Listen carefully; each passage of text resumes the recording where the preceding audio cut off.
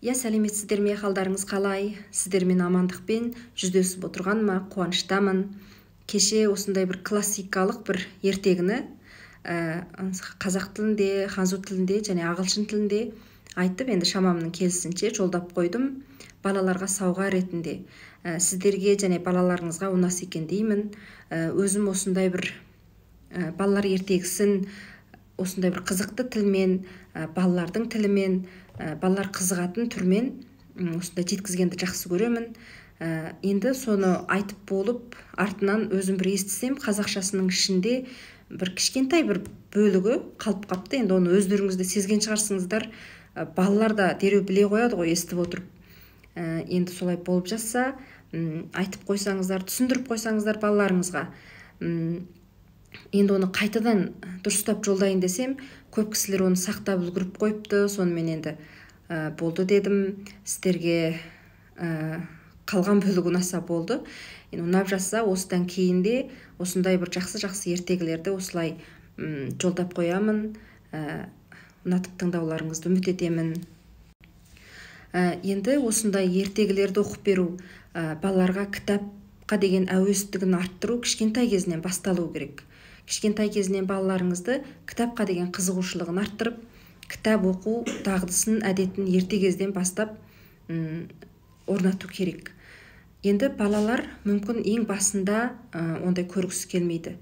Сол кезде өзіңіз көре бастаңыз. Өзіңіз осындай жақсы тілдермен, балалар қызығатын әдіспен, қызығатын тілдермен айта берсеңіз, табанды болсаңыз, чыдамды болсаңыз, күнделікті тоқтатпасаңыз, бала да кітап оқуға деген әуестігі ақырын пайда болады. Енді өзіңіз байқап тұрсаңыз, кітап көп оқыған адам мен кітап оқымайтын адам өте парықты болады, сезіле қалады ғой. Сол үшін балалар көп кітап оқу керек. Оны кішкентай кезінен жетілдіріп беруіміз керек. Енді сол өзіңіз бастап оқыңыз.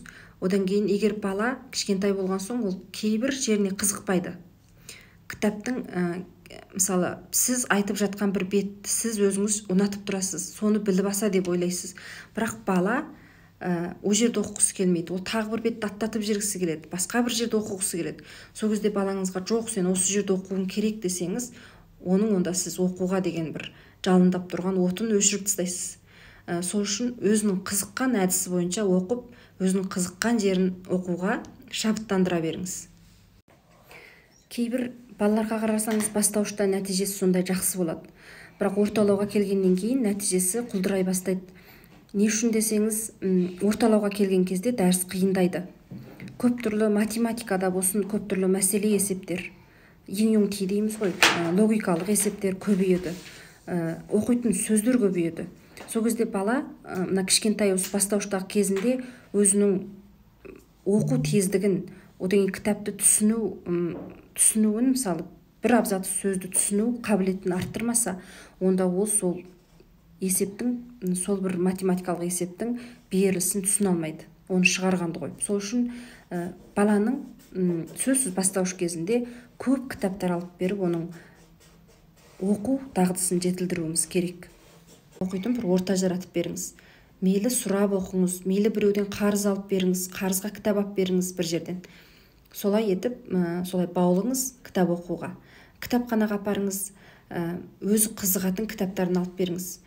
Сіз мейлі ол қандай кітапқа қызықсын, сіз ұнатпай тұрсаңыз да мейлі, өзі ұнатқан кітабын алып беріп, сол арқылы оның кітапқа деген әуестігін арттырсаңыз болады.